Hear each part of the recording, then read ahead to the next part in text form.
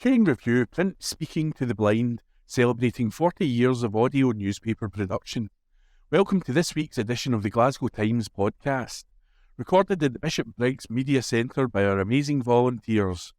You can get in touch with us via Facebook, Twitter or Instagram using @QandReview. That is @CUEANDREVIEW.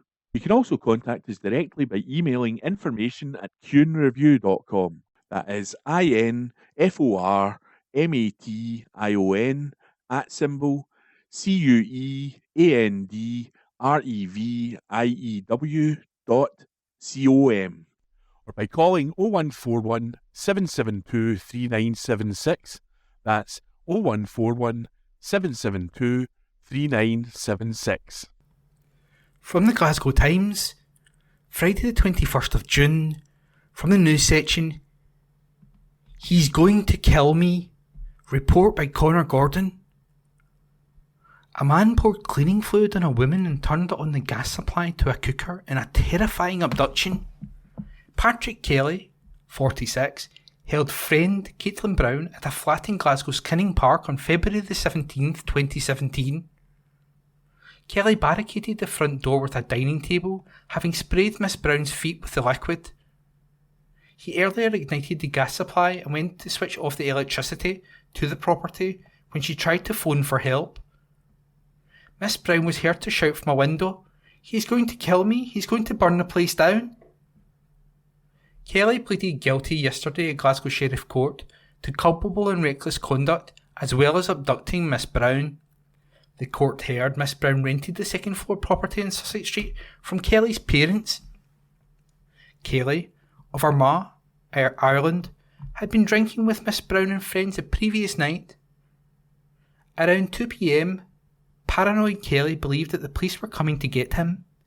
He went into the kitchen cupboards and took out various cleaning products. Kelly poured the products onto Miss Brown's shoes, then entered the living room. She asked Kelly what he was doing, and he replied, "What's on the TV?" Miss Brown was said to be scared by Kelly, and she failed in an attempt to calm him down. Prosecutor Ryan Watson said, "He went to the kitchen and turned on the gas supply to the cooker." A knock was heard at the front door, and Miss Brown asked Kelly if she could answer it, as she was scared, but he refused. Mr. Watson stated, "He moved the dining room table and chairs and put them against the door to barricade her in. He reinforced the barricade by adding a coffee and TV unit. This was the only means of exit from the property. Miss Brown begged Kelly for his mobile phone to call friends for help, but he refused. Kelly returned to the living room with 2 knives and used the cleaning liquid on the blades. He went on to act erratically by moving around the flat. Mr. Watson added, Kelly then poured cleaning products on Miss Brown's feet and she was frightened at the time. Miss Brown was able to get to a window and shouted, 'He's going to kill me, he's going to burn the place down.' She also managed to get to a phone, but Kelly switched off the electricity so it did not work. Police, ambulance and fire brigade crews attended and Miss Brown was able to be rescued from the window. Kelly was later persuaded to remove the barricades and he was arrested. He told officers, 'I just went bolo,' and that he had taken drugs. Miss Brown was taken to hospital and was fortunately found to have suffered no injuries but was highly stressed. Sentence was deferred pending background reports until next month by Sheriff Louise Arrow, KC, who bailed Kelly. And that report was by Connor Gordon. From the Glasgow Times, Friday the 21st of June, from the news section, Trailblazing plans approved. Report by Rebecca Newlands. Plans to build a trailblazing new hospital in place of Monklands have taken another step. A vision to replace University Hospital Monklands with a new facility has been met with approval at a council meeting yesterday. North Lanarkshire Council gave the go-ahead for the state-of-the-art hospital to be constructed at Wester Moffat in Airdrie by NHS Lanarkshire's Monklands Replacement Project, MRP. Professor Jan Gardner, NHS Lanarkshire Chief Executive, said, "The new hospital will be one of Scotland's major capital projects, bringing with it enormous opportunities for the whole of Lanarkshire and beyond. I'd like to pay tribute to the MRP team and their expert advisors for their considerable work preparing this successful application." Des Murray, Chief Executive of North Lanarkshire Council, added, "This is the most significant step forward for the MRP as it moved from planning and concept stage to starting the delivery of what will be the most state-of-the-art hospitals in Scotland. We have been working in partnership with NHS Lanarkshire to support the delivery of the new hospital, particularly in relation to the Council's commitment to deliver the proposed East Airdrie Link Road. This proposed new road forms part of the Pan-Lanarkshire Transport Corridor infrastructure improvements, which effectively links the M74 at Motherwell to the M80 in Cumbernauld, supporting regeneration and new investment, and importantly, connects communities and businesses across North Lanarkshire to the Central Belt and beyond." Colin Lauder, NHS Lancashire's Deputy Chief Executive and Director of Planning, Property and Performance, said, "The project also brings employment opportunities through construction and operation and broader community benefits including skills training, apprenticeships and support for businesses of all sizes. The Council has approved our proposal for the new hospital to have 3 surface parking areas and a 3-level multi-storey, providing around 2,100 parking spaces in total, double the capacity at the existing University Hospital Monklands. The new hospital will have improved transport connections. Bus links for the new site will be equal to or greater than those currently provided at the existing hospital, and there will be active travel routes to Drumgelloch train station. Sustainability is fundamental to the MRP's design.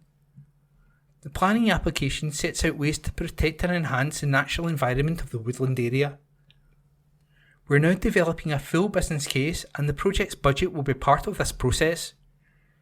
NHS Lanarkshire remains fully committed to the MRP, with the project timeline unchanged, as we work towards completing the full business case next year and opening our new hospital in 2031.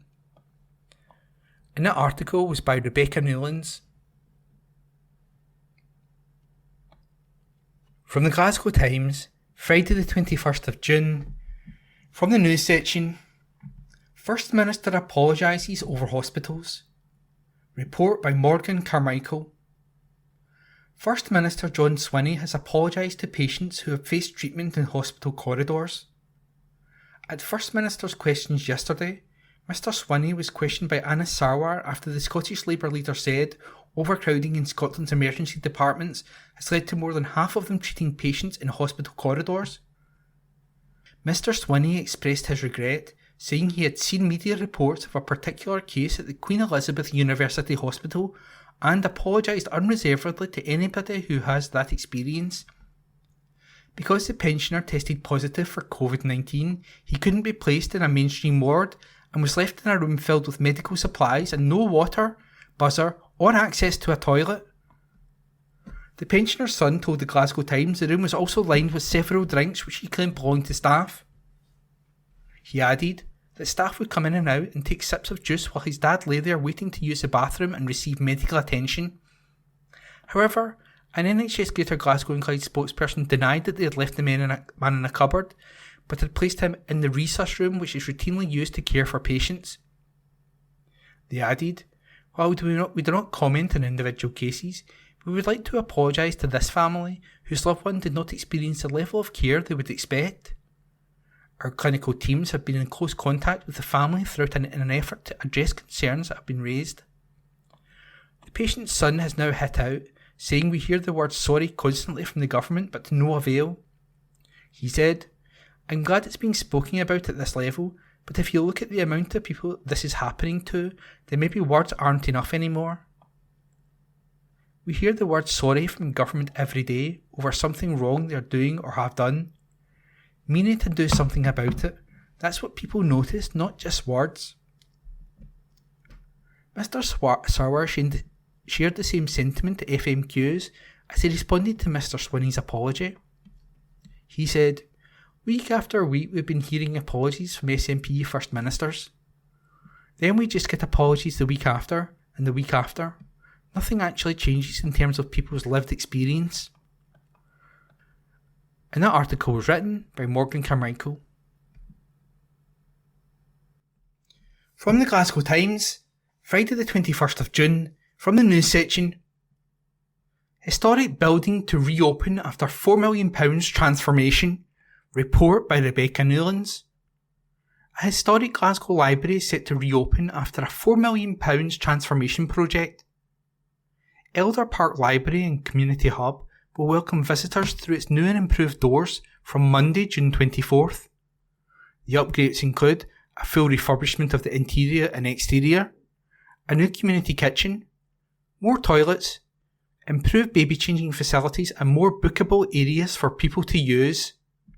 First opening in 1903, Elder Park Library is an A-listed building protected by Historic Environment Scotland because of its architectural and historic interest.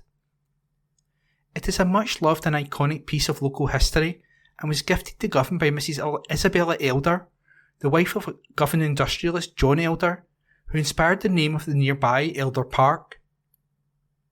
Her work as a philanthropist, advocating for the people of Govan, led to her becoming a legend in Glasgow's history books and being named as one of the greatest Glaswegians. We previously reported Glasgow City Council had approved plans for a revamp project in 2022. All of the building's new additions connect to a system which monitors temperature and ventilation, aiming to reduce its carbon footprint and improve the overall visitor experience and safety measures. The project has been delivered by Glasgow Life, which worked with Elder Park Housing Association and Elder Park Library and Community Hub. Andrew Olney, Director of Libraries, Sport and Communities at Glasgow Life, said, "Glasgow's libraries are highly valued by the people who use them, and this project ensures there is a modern, fit-for-purpose hub at the heart of the Elder Park community. The new look facility offers visitors a welcoming space with free access to books, digital resources, information and support." Gary DL, Chief Executive of Elder Park Housing Association, added, "Elder Park Housing Association is thrilled to see Elder Park Library and Community Hub opening after its extensive renovations. It will provide a stunning facility located in the heart of the community which, as well as reinvigorating the use of the refurbished library, will also create a first-class new community hub, all located within a historic area and much-loved building in the area."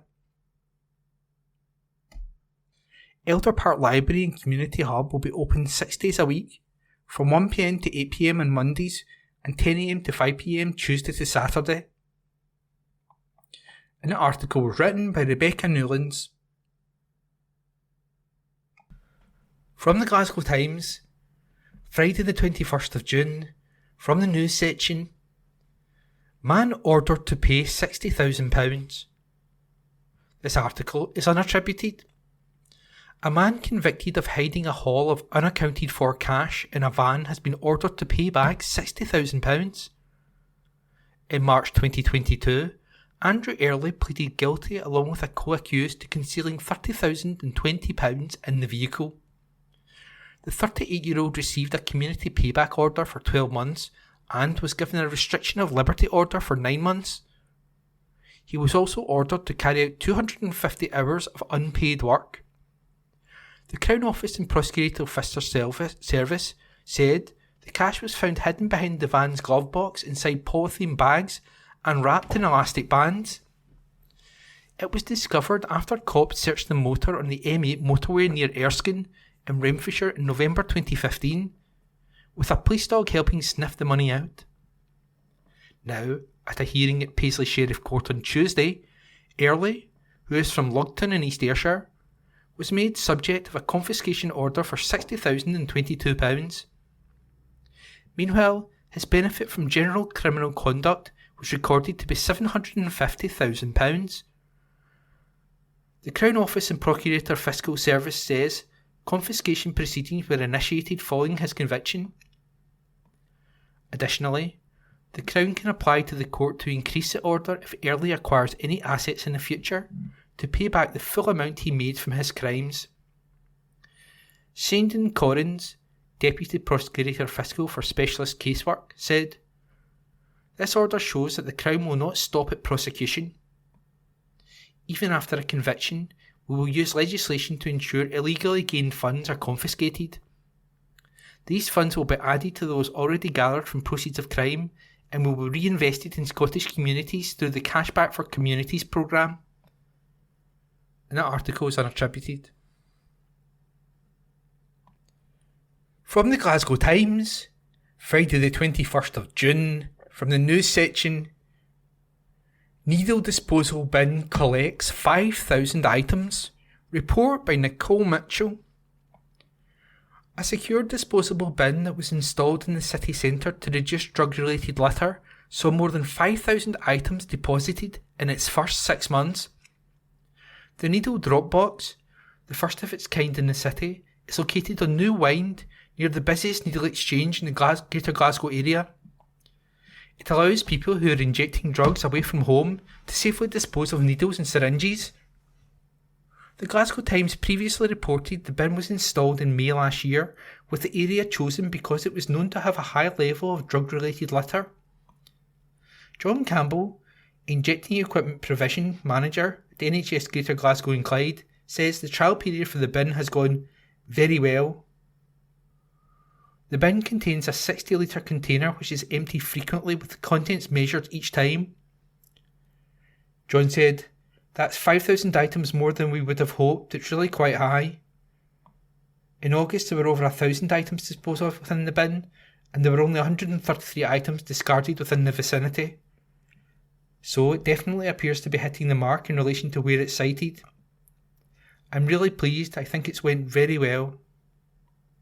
John says he can understand why some people may have been sceptical before the bin was installed, but he is happy to see how the local community has benefited from it and says cleansing staff have also found it to be helpful.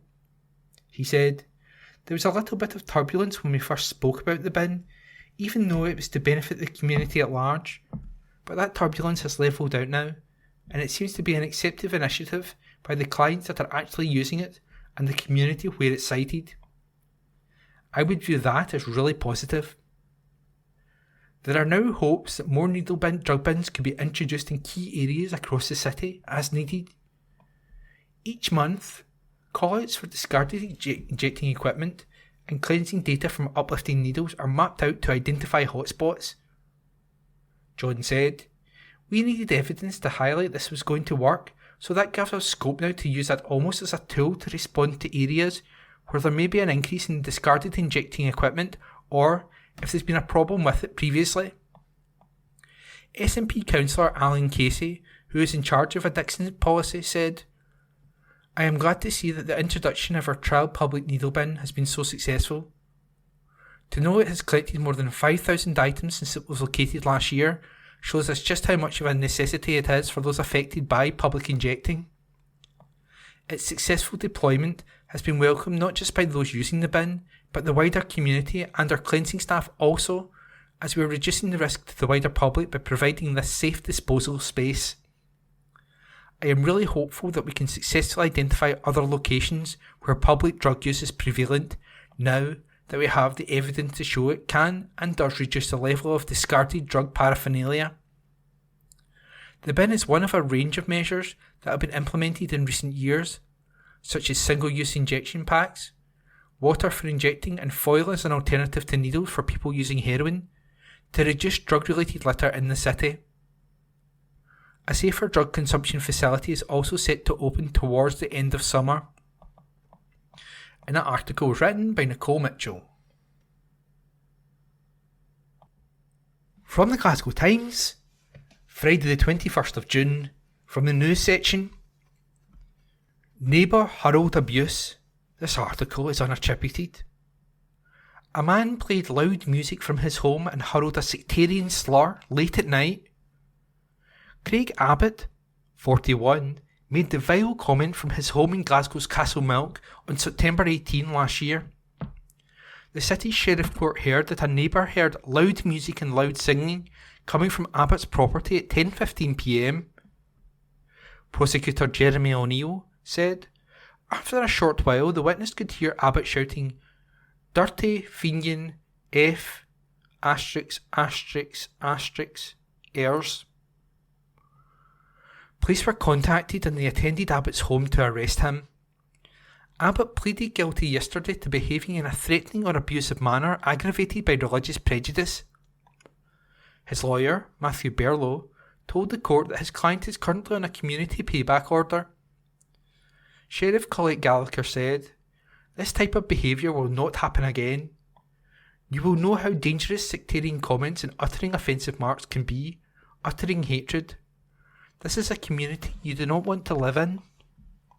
Sentence was deferred for an update on Abbott's current community payback order until next month, and that article was unattributed. Glasgow Times News on Monday the 24th of June. Locals fight to save their beloved community centre. An exclusive article written by Nicole Mitchell. Residents are being urged to show support for their local community centre in a bid to save it. Eastfield Community Centre in Cambuslang was originally set to close in April, but has been thrown a lifeline after the Management Committee's decision to apply for a community asset transfer to take over ownership of the hall from South Lanarkshire Council. It comes after the South Lanarkshire Leisure and Culture Board had to withdraw services from 28 community halls and other facilities and 7 libraries due to a £7 million funding gap for 2024-2025. Caris Kelly, Vice Chair of the Management Committee of Eastfield Community Centre, says that there was uproar when the decision was announced and the group started looking at options to keep the centre open right away. She said, "I think people were really shocked and we were completely flabbergasted by the news that we were going to be closed. As soon as we found out that there was a potential for closure, we were immediately looking at ways that we could get around that. We were saying, we need to sort this out. We need to try and fight and find a way for us to stay open. And we found out quite early on that we could go through the community asset transfer process, so we're now in the process of working with the council to apply to purchase the hall. Thanks to a £1 million community fightback fund that has been put in place by the council, no halls or libraries will be closed immediately, meaning that the centre can hopefully stay open until ownership is transferred. The centre is used by hundreds of local people and hosts a range of classes and groups such as dance classes, gardening, child development and support services for people with addictions. Caris, who is also a dance teacher, said that the hall is an important place for the community. She said, "We are a thriving hall. We've got people of all ages, all backgrounds, and we've got a lot of people that really rely on our centre. There are some people that come to our centre and it's the only time in the week that they get out. I think it's just a great centre. We really are providing something for everybody." She continued, "Even though we're not necessarily providing specific mental health groups, people coming along to the centre are improving their mental health and there are support groups and things like that. But from the council's point of view, they've a huge amount of money to try and make up, and unfortunately this was just one of the things they felt they could cut because they don't see it as an absolute essential." A survey has now been launched to demonstrate local people's demand for the centre to support the community asset transfer. Caris has lived in Cambuslang all her life and says so far people have been delighted at the news that the centre will hopefully go into community ownership. She added, "I think that this will be a good opportunity to show what we can do. We're really going to be able to take it to the next level." David Booth, Executive Director of Community and Enterprises Resources, said, "As part of the council budget agreed for 2024-2025, arrangements were put in place to work with local communities on ways to mitigate the closure of any community halls. While those discussions continue, all facilities remain open, thanks to the £1 million Community Fightback Fund that was also agreed as part of the budget. We and South Lanarkshire Leisure and Culture will continue to work with local communities to develop reprovisioning options that will be best for their areas." An exclusive article written by Nicole Mitchell. Glasgow Times News on Monday the 24th of June. Clydebank NHS transplant patient denied a vital drug by his GP. A front-page article written by Emily Moore. A woman has described the anxiety-provoking experience of having her husband's medication refused by their GP practice. Lynn McGee has hit out at the Green medical practice at Clydebank Health and Care Centre after her husband was told he cannot be prescribed 2 types of medication following a heart transplant. It comes after we reported that the same practice stopped prescribing medication to a 4-year-old girl. The youngster's dad revealed how they now need to travel to a Glasgow hospital to get tacrolimus, which the girl takes every 12 hours. Lynn has also spoken to the Glasgow Times following her husband Jamie's experience to highlight the issue. Jamie, who is 64, suffered from a heart attack that turned into heart failure, causing him to undergo a major surgery last year. He's now on 11 medications, including tacrolimus and mycophenolate mofetil, also known as MMF. After leaving the Golden Jubilee Hospital following the surgery, his records and details were sent to his GP. However, once Jamie got home, the practice called to inform him that it couldn't prescribe tacrolimus and MMF. Lynn said, after the surgery, the hospital started him off with all the medications. It's really essential that you take them twice a day, 12 hours apart. The next thing we got was a phone call from the Green surgery telling us that they couldn't prescribe the immunosuppressants. The practice said they weren't willing to accept responsibility for prescribing that sort of medication. It was down to the Golden Jubilee to do it. It was the tacrolimus and the MMF that the Green surgery point-blank refused. It was very emotional and anxiety-provoking. Lynn has been with the practice for 63 years and her husband has been with them for more than 20 years. They contacted the Golden Jubilee, which informed them that this wasn't the first case it had heard. Lynn added, as soon as we said it was the Green surgery at the health centre, the hospital said, we've had another incident of this a few years ago. Unfortunately, they will stick to their guns and they won't prescribe it. The hospital then suggested that they change their GP. However, Lynn says this isn't where their issues began. In order for Jamie to get his transplant last year, he had to be taken off the blood thinners he was on, and this requires a lot of monitoring. She claims that the Green surgery refused to carry this out, and that they were then forced to travel to Partick, where a community health centre could do it. Looking for answers, Lynn got in touch with the General Medical Council, which responded with guidance that contains the expected standards of UK doctors. It states doctors must act within their competence and only prescribe if they think it will meet the patient's needs. Lynn believes the GP not providing the medication is the basis of the issue and hopes that by speaking out she will bring attention to the cause. She said, we don't want people to have the same situation that we encountered last year. The Glasgow Times has made numerous attempts to contact the practice. A front-page article written by Emily Moore. Glasgow Times News on Monday the 24th of June. The family of a man missing in Lanzarote told the case into his disappearance has been closed.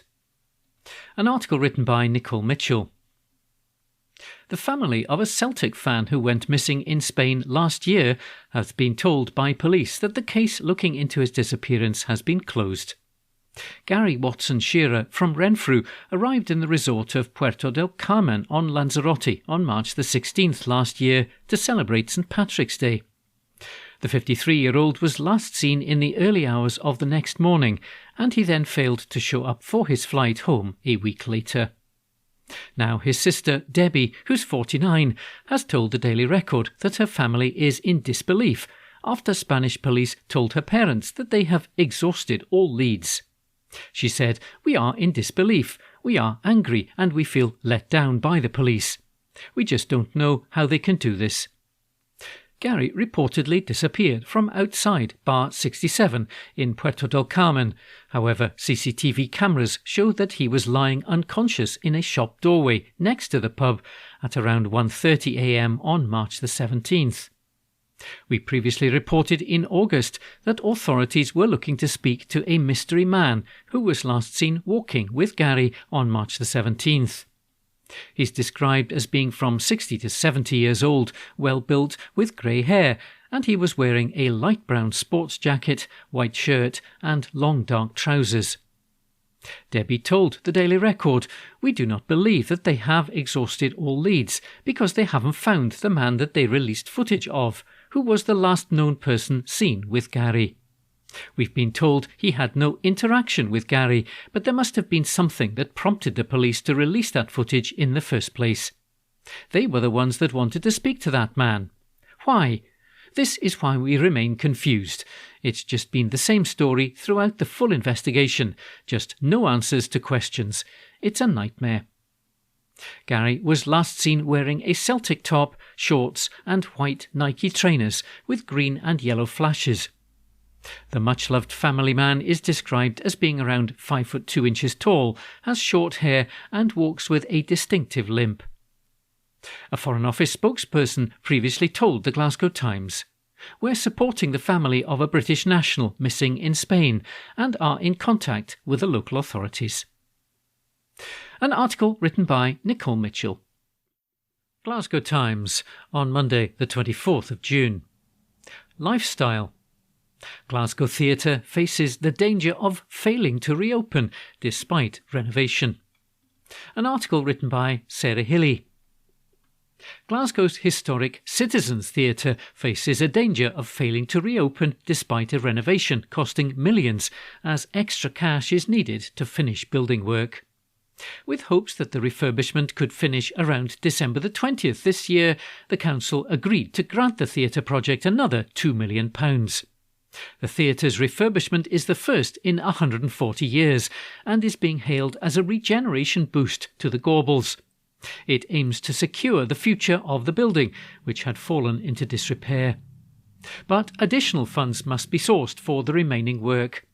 The council has already granted the makeover bid £6 million. The council won't release its share of the funding until the other money is secured. Labour councillors raised a number of concerns, including whether common good funding is appropriate for the grant, at a meeting. The B-listed Victorian property is owned by the council, but is leased to firm Citizen Theatre Limited. Speaking at the City Administration Committee, Treasurer Councillor Ricky Bell, SNP, said, "If the theatre is not able to raise the appropriate amount of money it needs to finish the project, it is going to struggle to reopen."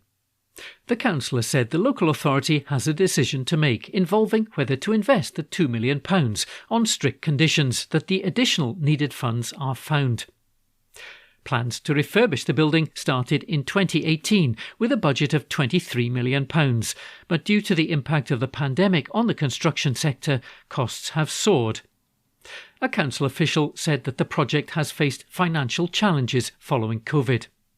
The official added, "Whilst it's unlikely that this £2 million on its own is enough to complete the project, positive discussions are ongoing with the UK and Scottish governments in order to secure a total funding package within which a commercial settlement can be reached with the contractor and enable the theatre to be completed around December the 20th this year." Among a number of queries, Labour councillor Elaine McDougall questioned if the use of common good monies is appropriate given the lease agreement in place. The official said the building is a common good asset, which is why it was put forward as a funding source. The meeting heard details that the final cost can't be revealed due to commercial negotiations. Labour councillor Cecilia O'Lone asked about the levels of staff time invested. The politician also questioned why a loan could not be granted. The council officer said staff time had been devoted to the theatre project, but said it was well spent to look after the asset.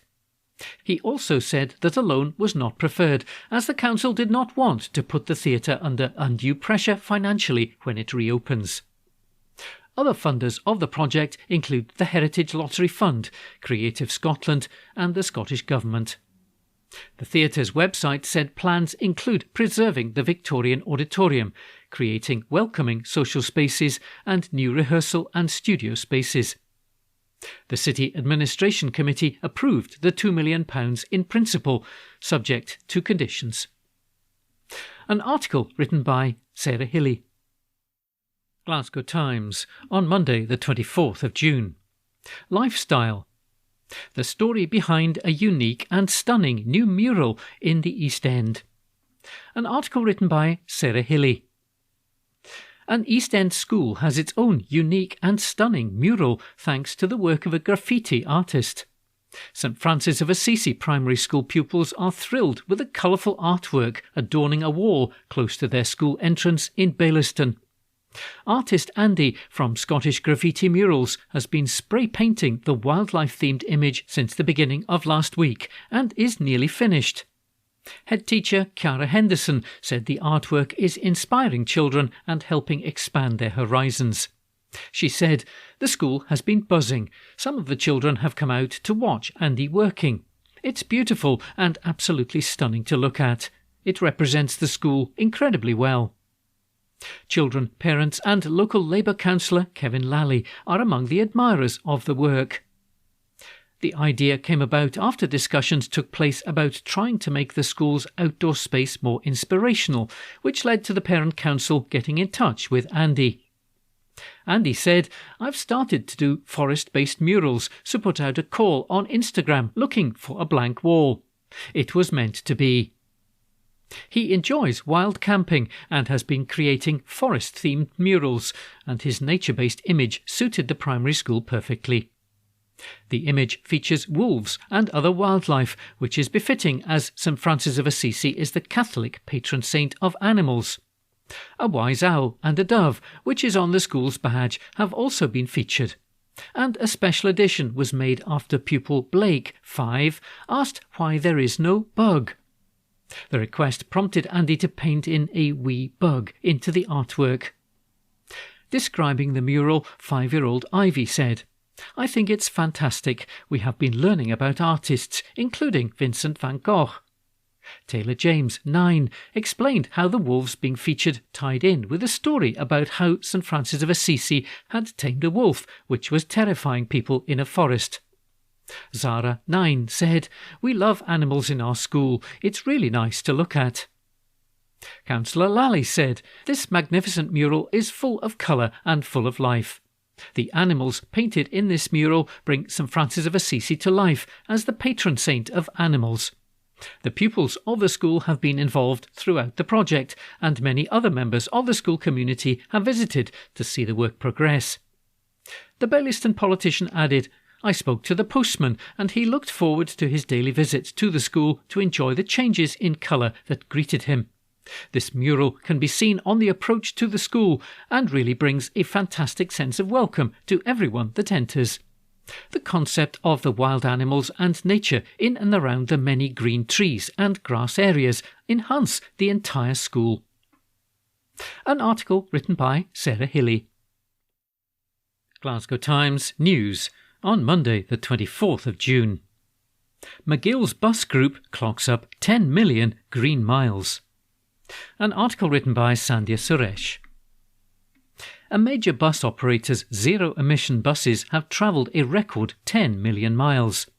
This is the equivalent of more than 400 times around the globe. This milestone by McGill's bus group has contributed significantly to environmental sustainability by preventing 11,270 tonnes of carbon dioxide from entering the atmosphere, the equivalent of planting around 1.3 million trees across an area the size of 2,784 football pitches. McGill's has one of the largest electric bus fleets in Scotland, with its routes in Inverclyde and Renfrewshire having the highest proportion of electric buses in the UK.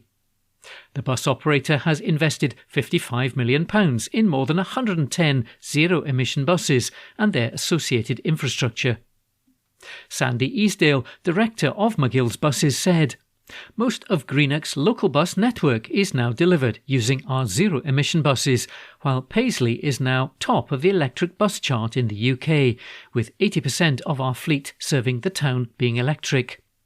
That compares to just 10% of buses being electric in London, which is a phenomenal milestone for our company." The electric buses feature USB charging points at every seat and offer quieter, smoother rides. Alex Hornby, Group Managing Director of McGill's, said, "Our dedicated teams have worked tirelessly to deploy and maintain our fleet of over 110 electric buses."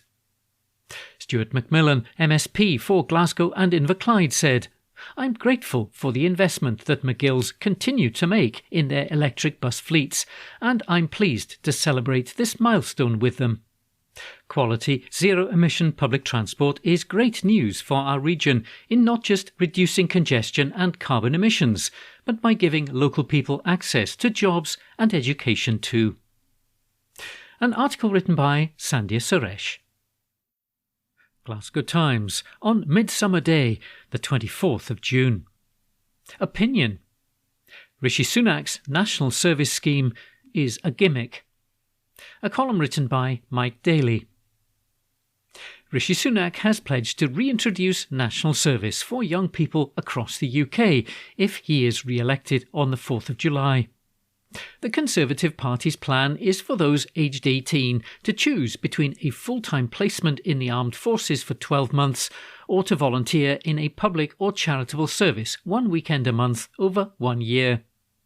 We're told a Royal Commission would develop the operation of the scheme, including those with military and civil society experience, with the aim of launching next September at a cost of £2.5 billion per annum. National service was abolished 64 years ago, although the last national servicemen weren't discharged until 1963. Clement Attlee's Labour government persuaded Parliament to pass the National Service Act 1948, and it was controversial given that we were then in peacetime. National service came into force in January 1949 and required all physically fit males between the ages of 17 and 26 to serve in one of the armed forces for 18 months. Over 2 million men took part from 1949 to 1963.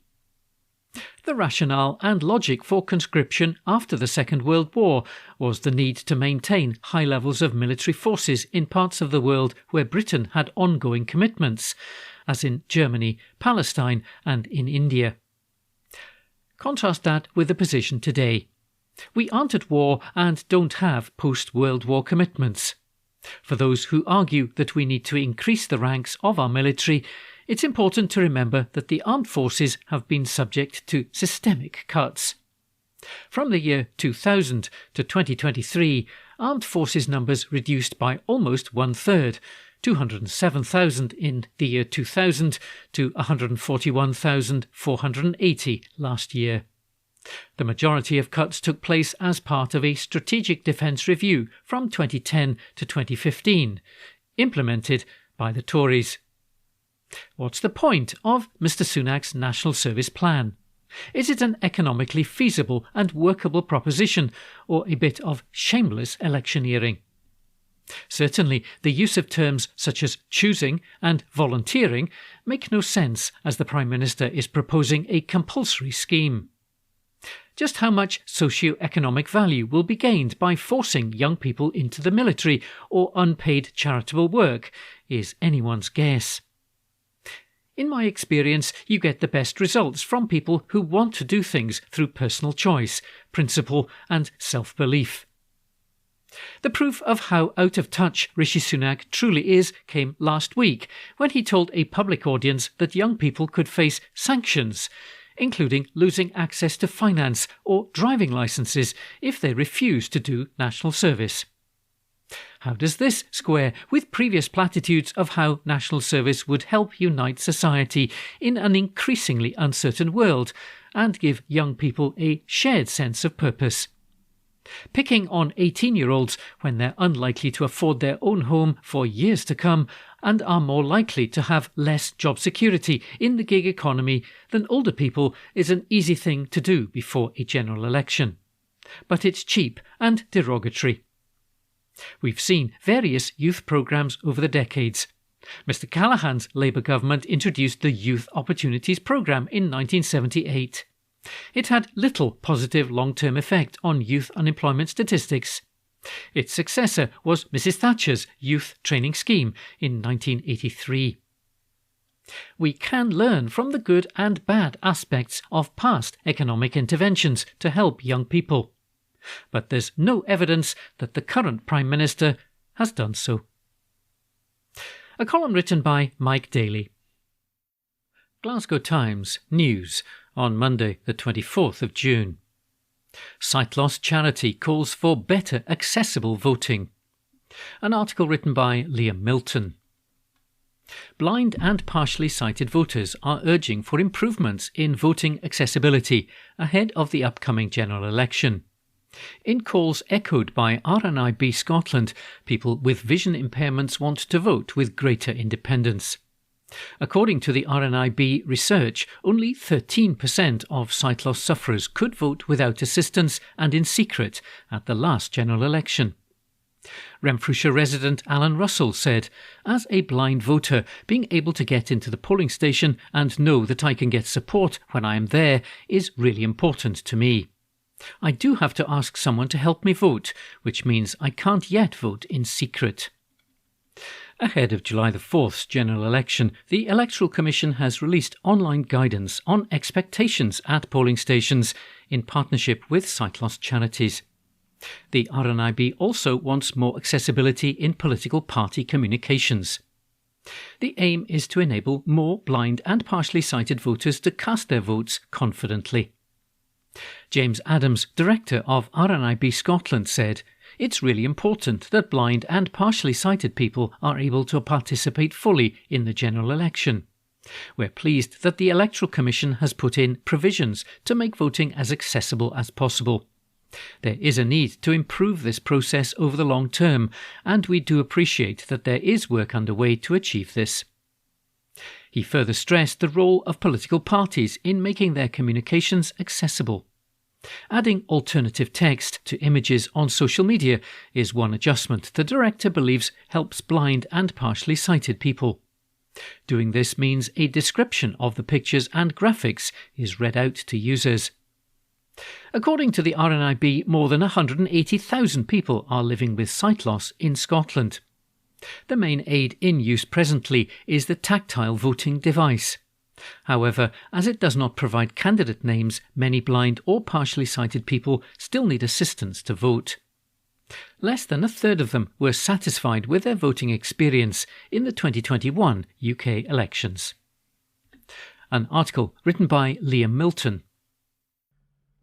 From the Glasgow Times, Tuesday the 25th of June, from the news section. Aitken calls on next PM to help children. This article is unattributed. Susan Aitken will ask Glasgow councillors to back her call for the UK's new Prime Minister to act on unacceptable child poverty in the city. Ahead of July's general election, the Glasgow City Council leader said she wants the council to speak with one voice and agree to write to the leader of the next government to urge it to use its significant powers to address this scourge. Her motion, which is set to go before a full council meeting on Thursday, demands that the two-child benefit cap, which restricts child tax credit and universal credit to the first two children, be scrapped. Labour's Keir Starmer hasn't committed to removing the cap, which was introduced by the Conservatives. The motion, which expresses deep concern that around one-third of children in wards such as Carlton and Southside Central are living in poverty, also calls for the removal of the benefit cap and bedroom tax, which are currently mitigated by the Scottish Government. It states the eradication of child poverty is not a commitment that can be achieved by the Scottish Government or by Glasgow City Council alone. Aitken said, "Every councillor in this city knows the stark extent of child poverty within our communities. Between a quarter and a third of Glasgow's children currently live in relative poverty. That's unacceptable, and it's why tackling it is a key council priority. And, while we're making good progress in comparison to other major UK cities, there's only so much we can do with the resources we have. Whoever is the next UK government, they have a moral obligation to make the right choice and use the significant powers at their disposal to address this scourge, particularly as the direct connection between policies like the two-child cap and poverty rates is clear. For the well-being of Glasgow's children, it's vital that the council speaks with one voice on this issue, and ensures the next government listens and responds to the needs of our communities. Her motion invites the new Prime Minister to examine and replicate the success of the Scottish Child Payment. It also attributes progress in reducing child poverty to council schemes such as its holiday food programme. Aitken will ask councillors to agree child poverty rates in the city are a consequence of exclusionary social and fiscal policies pursued by UK governments, and that it is entirely unnecessary for child poverty to exist in a modern, advanced industrial economy such as the UK. And the author of that article is unattributed. From the Glasgow Times, Tuesday the 25th of June, from the news section. Driver banned after clocking nearly 60 miles per hour outside school. Report by Eva White. A man drove at nearly 60 miles per hour outside a Glasgow secondary school whilst children were walking on the pavement nearby. Mohammed Aslam had been driving a white Audi A4 on Allison Street in the city's south side at around 3:20pm on May 24th, 2023. Police, who were on patrol in the area, saw the car turn onto Cathcart Road before turning again into Dixon Road. The 26-year-old had immediately accelerated to speeds of up to 58 miles per hour in a 30 miles per hour zone. Officers saw Aslam pass Holyrood Secondary School in Govan Hill. At this time, children were walking on the pavement outside. Cops followed the vehicle into Brereton Street, where it failed to give way at a junction, turning left onto Boys Street. During this time, Aslam was travelling at speeds in excess of 50 miles per hour. The car turned again onto Warren Street, which at this time was blocked by other vehicles, and Aslam came to a halt. Police made their way to the passenger side and took hold of Aslam, who had been attempting to exit the vehicle. At this time, he struggled with police and attempted to resist arrest by using his arm and refusing to comply with instructions. Aslam's details were later taken and checks revealed he had no insurance for the vehicle. He was taken to Govan Police Station where he was cautioned and charged but made no reply. During the struggle, a police constable fell to the ground and suffered a fracture in his tibial plateau, which resulted in him receiving physiotherapy. He was off work for 6 weeks. Aslam, of Wishaw, appeared at Glasgow Sheriff Court for sentencing on June 19th after pleading guilty to 3 charges. The first was driving a car at excessive speeds, driving erratically, accelerating harshly and failing to give way at a road junction. The second was using a car without a policy of insurance, and the third was resisting, obstructing or hindering 2 police constables by struggling violently with them in an attempt to resist arrest, whereby 1 constable was injured. Aslam's lawyer told the court the offence speaks for itself and revealed that his client was already on a community payback order, CPO. The defence solicitor said, "It speaks for itself. Mr. Aslam knows what he did was entirely wrong." The police smashed the window with their batons and there was a struggle after that. He was frightened at the time. He's on a CPO at Paisley Sheriff Court. Sheriff Bernard Ablett imposed a CPO with a requirement to complete 150 hours of unpaid work. This will run consecutively with Aslam's other CPO in Paisley. Aslam was also disqualified for 22 months and fined £290. And that report was by Eva White. From the Glasgow Times, Tuesday the 25th of June, from the news section. Man tells of shock explosions from industrial estate. 66-year-old said he couldn't believe what he was seeing following fire near his home. This article is an exclusive by Eva White and Colin Mearns. A Linwood man has told of the terrifying moment he heard explosions coming from outside his flat as a huge fire broke out at a nearby industrial estate. James Taylor had been watching the Scotland v Hungary game when the shooting noises began at around 9:30pm on Sunday. The 66-year-old looked out of the kitchen window at his Belmar Court property and said he couldn't believe what he was seeing as large plumes of smoke billowed from Linwood Industrial Estate. James said, "I was watching the Scotland game and my girlfriend phoned and asked if I'd seen the fire at my place. She thought it was the high flats because she stays further down the road. I told her I hadn't seen it, but I'd heard a lot of banging noises. I went through to the kitchen and my goodness, it was a mess. I have an idea of where the fire was. They have old fridges and other stuff there at the recycling place. That's how everything was shooting about with all the fridges blowing up. It was a bit scary to hear. Police, firefighters and SEPA, Scottish Environmental Protection Agency, officials were called to the scene at Johnston Household Waste and Recycling Centre at around 10 p.m. on Sunday. 10 fire engines were sent as part of a special operations team to tackle the blaze. 3 were still in attendance yesterday. It has since been confirmed that the fire broke out at ENWA's WEEE Solutions e-waste facility, a specialist electrical and battery recycling treatment facility on Burnbrae Road. The recycling company, based at Linwood Industrial Estate, released a statement yesterday morning. It reads, "We would like to apologise to local residents and businesses for any inconvenience caused and kindly ask them to follow any advice issued by the Scottish Fire and Rescue Service. There have been no injuries and the cause of the fire will be the subject of an immediate and thorough investigation." James explained that he had never seen such dark smoke before in his life. He added, "I've never seen the smoke as black as that before. We had to shut our windows because it was so dark." The smoke just lay up in the sky, hardly moving. After it had been going for about 2 hours, you could see the flames. Firefighters are still there, Monday afternoon, and their hoses are just going constantly. It looks like it has dulled down, but then as soon as that happens, the smoke goes up again. Someone told me that it could be seen in the air. Thousands took to social media to share the images of the smoke, which could be seen from locations across Glasgow, Eastern Bartonshire, Western Bartonshire and beyond. One person reported that this is the second time there has been a fire at the WEEE Solutions e-waste facility in 2 years, with the first taking place on June 16th, 2022. They said, "I had just finished watching the football when I went on social media and noticed people posting pictures of the fire, which looked to be near my house. I looked out the window and I couldn't believe the size of the smoke plumes. They were dark grey and seemed never ending.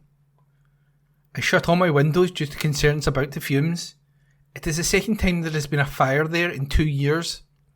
I hope there will be more safety measures introduced to prevent this happening again."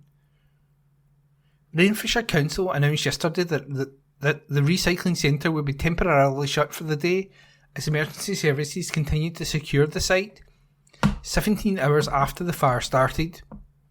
The local authority added that it will review the situation today and aims to reopen the centre as soon as possible. The Fire Brigade Union, FBU, also voiced some concerns it has about the blaze. Gus Sproul, chair of the FBU in Scotland, said, "The FBU have concerns about the speed of the introduction of technology and the regulations around EVs, battery storage, etc., and that these will be shared by the Scottish Fire and Rescue Service. We know that there are many hazardous materials contained in the kinds of devices stored at this facility, and that many of them are very challenging to extinguish when involved in a fire. We hope that all the crews and attendants are safe and able to protect themselves at the incident and properly decontaminate afterwards. We cannot comment further until we have more details of the cause of the fire. At present, the cause of the fire is unknown."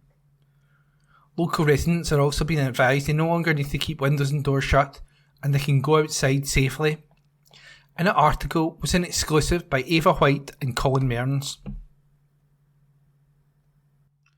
From the Glasgow Times, Tuesday the 25th of June, from the news section, Rishi Sunak, vote Tory for tax cuts, report by Stuart Patterson. The Scottish Tories manifesto has been launched, highlighting tax, the NHS and schools. Prime Minister Rishi Sunak joined Scottish Party leader Douglas Ross in Edinburgh and said the general election was about standing up to the SNP.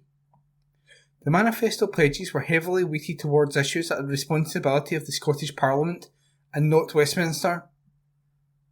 The manifesto promises include scrapping the 21% intermediate rate of income tax in Scotland and realigning the rate with the rest of the UK. The rate is paid on earnings between £26,562 and £43,662. Income tax is a devolved issue, voted on by MSPs at the Scottish Parliament, not MPs. The UK Tory manifesto launched earlier in the campaign put a national insurance cut, which is a Westminster matter, at the forefront of the party's message. The Prime Minister said, "Douglas and I are confident we're going to make good progress here in Scotland, and that's because people are responding very positively to the choice that's in front of them. A vote for the Scottish Conservative means that you're going to have your taxes cut, in contrast to the SNP making us a high tax capital of the UK already, and Labour storing up thousands of pounds of tax rises for working people." On the NHS, the Conservatives said waiting lists in Scotland were too long and said schools needed restoring. The two Tory leaders focused their attention on the SNP. The Prime Minister said, "If the SNP win the majority of seats at this election, they will treat that as a mandate to carry on campaigning for independence for another 5 years. A vote for the Scottish Conservatives is a vote to put this issue to bed, to move past these tired and stale arguments and to go forward united and together." The SNP meanwhile said the two Tory leaders are finished. Alison Thewlis, SNP candidate for Glasgow North, said Sunak and Ross should compare notes on which has run the worst campaign. She said, "They are both on their last legs as leaders. Their party is already finished in this campaign, and the real choice for Scotland in this election is who is now best placed to put Scotland's interests first. The Tories deserve the democratic drubbing that is coming their way." And that report was written by Stuart Patterson and read by me, Ian McKenna. This is from the Glasgow Times on the 26th of June 2024 from the news section, and the headline reads, "Aldi to open new stores in Glasgow. One area is a priority."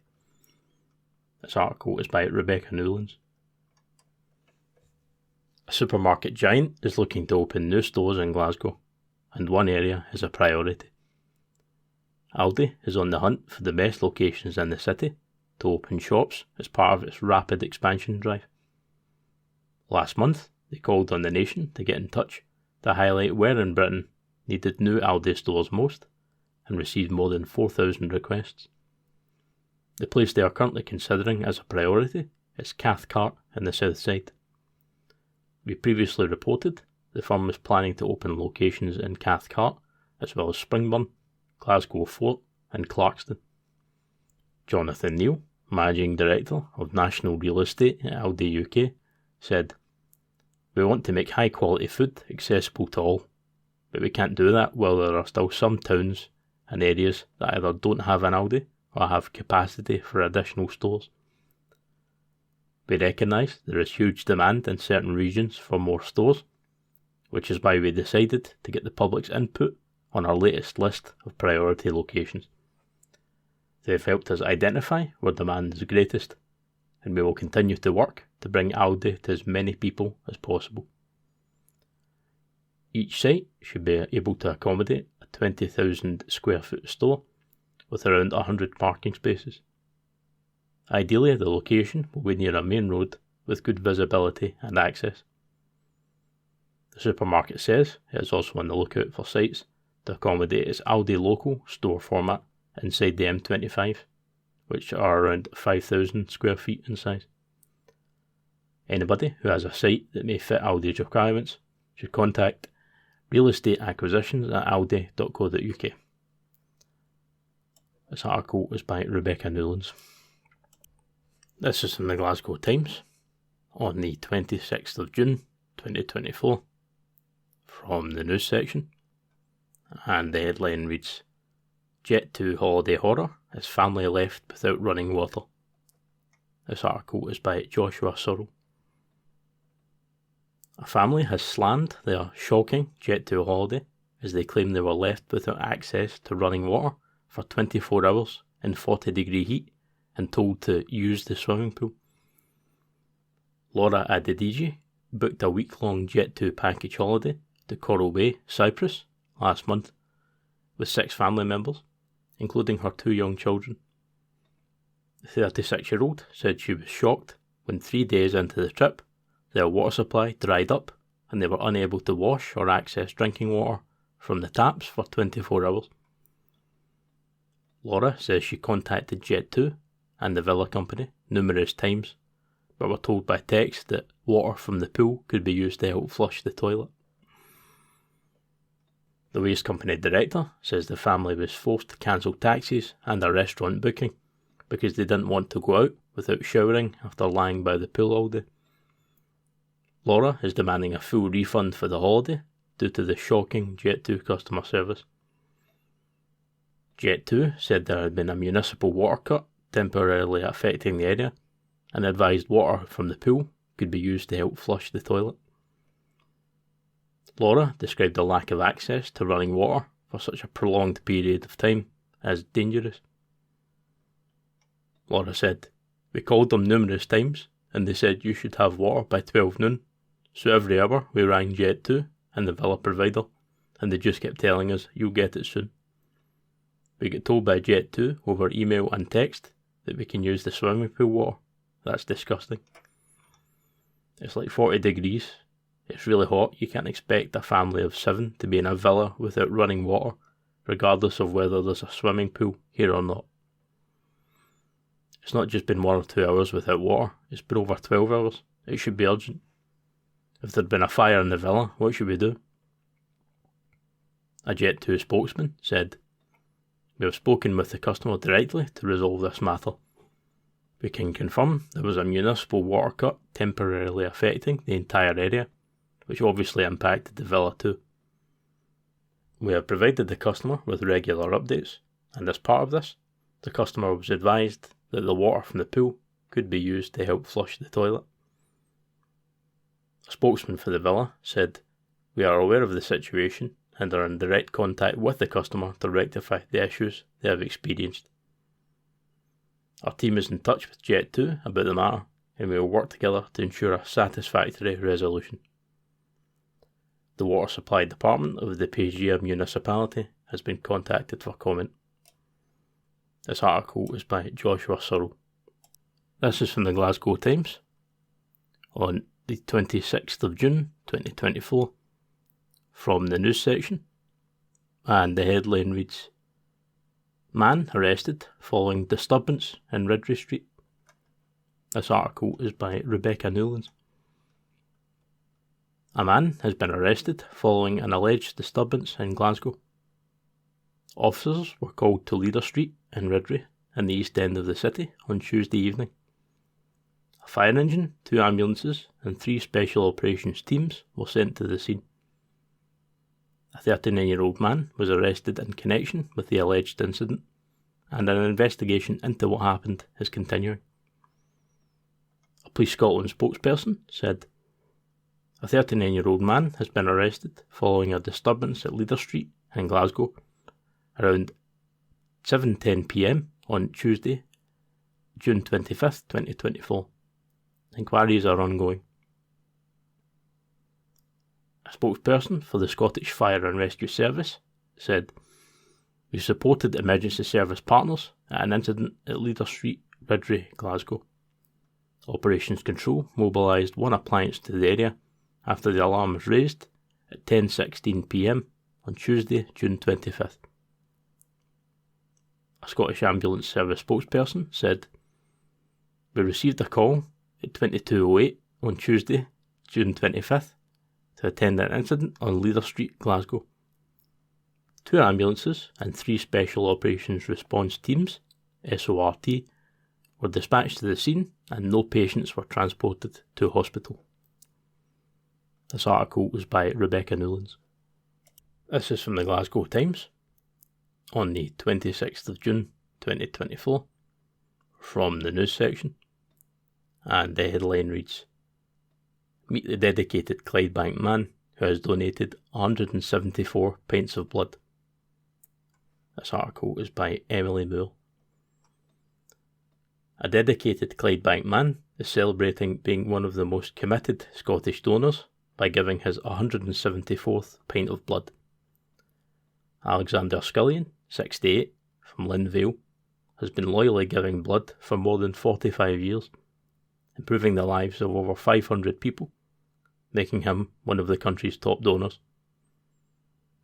Aiming for 4 donations, 4 pints every year, the maximum someone can give, Alexander has made sure to attend every appointment he can after being inspired by his dad. This includes during the COVID-19 pandemic, where he didn't miss a single appointment. To celebrate his accomplishment, Alexander is asking those who can to also give. After a close relative of his had an incident requiring 28 pints of blood, Alexander says it made him so happy to know that he had been donating all these years and saving lives. He said, "In the last couple of years, I have been going to Glasgow Donor Centre. I used to go into a Clydebank sports hall, but things have changed since COVID. During COVID, when I phoned them up, I thought, no, they wouldn't let me give blood, but it was the opposite. I know people have gone and tried to give their first pint and had a bad experience with it. It's been sore. But I haven't had any issues like that. It's been a doddle." Alexander says his family have always been fit and active, inspiring him to be a donor. He stays active even now, swimming 3 miles and cycling 30 miles every week. He added, "My mother was 95 when she passed, and she was still swimming in Loch Lomond up until her 80s. I would go in with her. It was Baltic. My mum would do 100 lengths a week in her 80s, and then she'd have a bottle of whiskey at the weekend. She was a hero of mine. My father gave about 30 pints of blood, and he stressed how good a thing it was to do. He was in the Navy, so I thought, this is the thing to do. You start doing it, and you have no idea how long you'll keep doing it. I was giving blood all the time, and then my relative needed so much, it was ironic. I think they reckon 5% of the population give blood, but 100% of us may need it in our lifetime. What happens if people need blood when no one is giving it?" In 2011, Alexander was gifted a quech and certificate after achieving 125 donations. The Scottish National Blood Transfusion Service, SNBTS, says Alexander's donations make him one of the most committed, and he has saved or improved the lives of up to 522 patients in Scotland. Now retired from being an electrician, Alexander says he will continue to keep giving as much as he can. He said, "I've always wanted to give blood. I've not been trying to set a record. I just keep giving, and I feel alright, so I just keep doing it. I'm just trying to encourage everyone else to do it. I like giving it because it makes you feel good. If they tell me I can keep going, I will go. If you feel fit and healthy and can give blood, why not keep doing it? I think it's a brilliant thing to give blood." Debbie McNaughton, Associate Director of Donor Services, SNBTS, said, "On behalf of all SNBTS, I'd like to extend our congratulations and huge thanks to Alexander for reaching such a milestone. 174 donations of blood means he is certainly one of Scotland's most committed donors, as each donation can be split into 3 separate parts: red cells, platelets and plasma. This means he has saved or improved the lives of up to 522 patients in Scotland, a remarkable achievement. He has consistently attended Glasgow Donor Centre and our local session in Clydebank over many years, so once again I'd like to extend our thanks to him. On behalf of all the patients who have received your blood, thank you, Alexander." This article was by Emily Moore. This is from the Glasgow Times on the 26th of June 2024 from the news section, and headline reads, "UK weather, 31-degree heatwave set to hit the UK this week." This article is by Joshua Searle.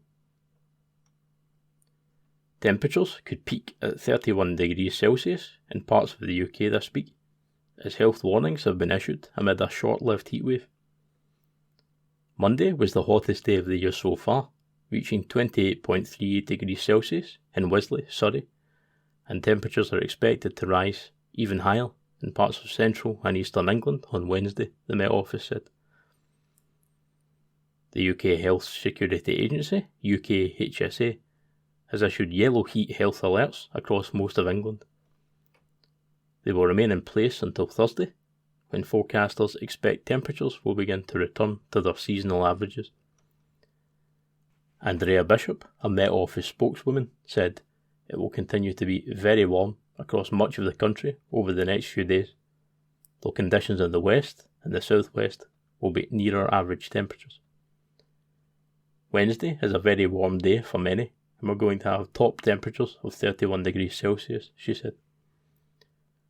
We then transition to fresher conditions, looking very likely through Thursday, as a weakening band of cloud and showery rain runs east, southeast, across the country through the day. Although it could still be very warm ahead of this, for example in the east or southeast of England. NHS guidance says older people, especially those over 75 and female, are most vulnerable to heat-related illness, as well as people with serious or long-term illnesses, and very young children. Age UK recommends older people take particular care not to spend too much time outside during the hottest part of the day, between 11 AM and 3 PM, and keep the blinds down and windows closed to remain cool inside. Dr. Luke Powles, Associate Clinical Director at Bupa Health Clinics, said it was important to know the symptoms of heat exhaustion, which include a throbbing headache, dizziness, confusion, cramping and nausea, and heat stroke, which is much more serious. The symptoms of heat stroke include not sweating, even while feeling too hot, a high temperature of 40 degrees Celsius or above, fast breathing or shortness of breath, feeling confused, loss of consciousness, and being unresponsive, he added. Heat stroke is very serious and should be treated as an emergency. Drinking lots of water is a crucial way to avoid heat exhaustion and dehydration, alongside keeping cool and staying in the shade. Sunseekers heading to the beach to bask in the warm weather should use at least factor 30 sunscreen, SPF, in order to avoid sunburn, which can increase the risk of developing skin cancer, as advised, even if it is cloudy. This article is by Joshua Searle. From Glasgow Times, Wednesday, 26th of June, Lifestyle section, Glasgow roads to close for filming of drama set in New York by Rebecca Newlands. Some Glasgow roads are set to close for the filming of a new drama set in New York City. We previously reported that production crews had taken over parts of the city in recent years to film scenes for the new Apple drama debutante set in 19th century New York. The costume drama follows a group of fun-loving American girls who make their way into London's prestigious and swanky society, resulting in an Anglo-American culture clash between traditional and modern values. Glasgow City Council confirmed filming for the anticipated period drama is set to take place next week, with several roads in the city's Govan area restricted. The following restrictions are in place. Prohibition of waiting, loading and unloading from 6 AM on June the 30th, 2024 until 11:59 PM on July the 1st, 2024. Stag Street for its full length, Clydeberry Street for its full length, Govan Road, bus line only, between Napier Street and Stag Street. Prohibition of vehicle movements from 6 AM on June the 30th, 2024 until 11:59 PM, July the 1st, 2024. Stag Street for its full length, Clydeberry Street for its full length, Govan Road, bus lane only, between Napier Street and Stag Street. Govan Road remains open.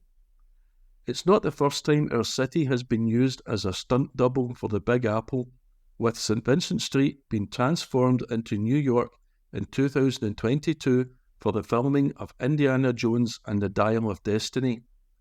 American flags were draped over windows, vintage street signs adorned modern shopfronts, and New York yellow cabs were parked in the street instead of our usual black hackneys. That article was written by Rebecca Newlands. From Glasgow Times, Wednesday, 26th of June, Lifestyle section, I saw The Killers at the Hydro in Glasgow, My Verdict by Stacey Mullen. Verdict 5 stars. The Killers brought a taste of the glamour of their hometown Las Vegas to the Hydro tonight, delivering an incredible performance that showcased their greatest hits. Performing from a diamond-shaped stage with laser lights sprawling across their thousands of fans, the band kicked off the first of 3 nights with Read My Mind, taken from their 2006 album Sam's Town.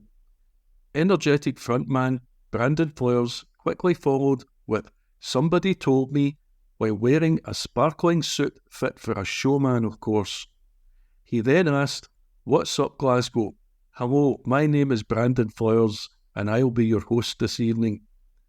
Jenny was a friend of mine, and Smile Like You Mean It proved to be a nostalgic trip reminding fans of their unforgettable 2004 debut, Hot Fuss. Every song on that album instantly became a classic, and having it as a launchpad is perhaps why the Rockers continue to remain as popular as ever more than 2 decades on. Confetti poured from the stage as Flowers adopted a swagger to perform The Man. He then told the audience that his brother, who is 12 years older, was in the crowd, referencing how his siblings' music taste got him into bands like the Smiths. And while those influences can be heard in the Killers' music, the one thing that Flowers has been able to do successfully on his own is create his own persona as a frontman.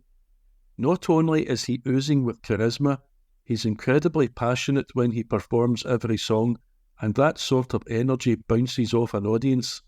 He showcased this in particular style with All These Things I've Done.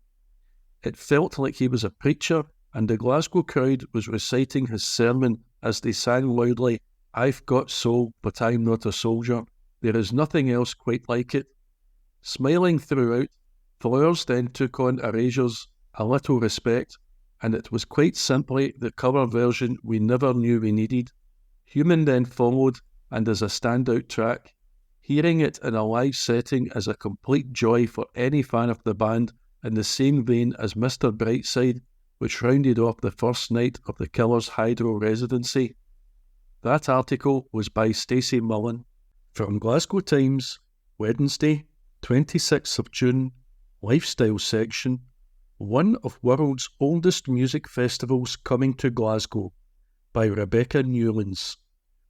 One of the world's oldest music festivals will be coming to Glasgow later this year for the first time in its 136-year history. Our city will play host to the Nordic Music Days Festival, a contemporary classical music festival established by the Council of Nordic Composers in 1888 from October the 30th to November the 3rd, 2024. This marks the 3rd time the festival will take place outside the Nordic countries Denmark, Finland, Iceland, Norway, Sweden, Greenland, Iceland and the Faroe Islands, after it was held in Berlin in 2012 and London in 2017. The 5-day festival will bring together Scottish and Nordic music and musicians through a truly innovative programme that includes performances, installations, screenings and talks. The 2024 festival, which has the theme Word of Mouth, will see Scotland's major orchestras performing bold and ambitious new music from a range of Scottish and Nordic composers, including Anders Hillborg, Sir James Macmillan, and Academy Award-winning composer Hilda Guðnadóttir, whose screen credits include the music to the film Joker and the series Chernobyl. It will also feature a mass participation event at the Kelvingrove Museum and Art Gallery, pop-up events in shops, parks and other venues around the city, and a linked conference on the role and value of experimentation in new music at the University of Glasgow. Martin Johnson Tiblin, Chair of the Council of Nordic Composers and the Swedish Society of Composers, said, "Nordic Music Days has been an unmissable event for over a century. It's a chance for composers from across the region to gather together, hear each other's music, discuss trends and ideas, and to share and develop cultural and artistic experiences. There's a strong affinity to Scottish music and culture in the Nordics, so the Council of Nordic Composers is looking forward to seeing the opportunities that open up for composers, performers, organisations and audiences as a result of this exciting new partnership. Emma Campbell, Music Officer at Creative Scotland, said, "Scotland's music is distinguished by an adventurous spirit that's ready to share with the rest of the world. We are delighted that our own UNESCO City of Music will host a festival that seeks out old, new and surprising points of connection between Scotland and our like-minded neighbours in the Nordic regions." Thanks to the collaborative vision of the Nordic Council of Composers, the RSNO and the festival organisers, audiences can look forward to celebrating bold and ambitious new music that will build a lasting legacy between our countries. The decision to bring the event to Scotland was also welcomed by Scotland's Culture Secretary Angus Robertson. "We are delighted to welcome Nordic Music Days to Scotland for the first time in its 136-year history," he said. "The 5-day programme is truly innovative and a celebration of contemporary music from Sweden, Norway, Denmark, Finland, Greenland, Iceland, the Faroe Islands and Scotland." That article was written by Rebecca Newlands. From Glasgow Times, Wednesday, 26th of June, Lifestyle section, "Retailer has moved into bigger and better store at Glasgow Fort," by Rebecca Newlands. A retailer has moved into a bigger and better store at Glasgow Fort. Fort News has been supplying local news as well as other conveniences since the outdoor shopping centre first opened in 2004. Now the stallard of the Easterhouse site has moved into a larger unit next to the O2 and body care shops. An announcement on their Facebook page read, "Extra, extra, Fort News has moved." Offering a local newsagent service at Glasgow Fort since the centre opened in 2004, they now have a bigger and better store. Pop in for soft drinks, sweets, snacks, magazines and newspapers. They also offer the National Lottery, pay points and bill payments. Find them next to the O2 and body care. That article was written by Rebecca Newlands. That concludes this week's edition of the Glasgow Times Podcast. Please remember to subscribe to our channels at Review and Review and to tell your friends about our service.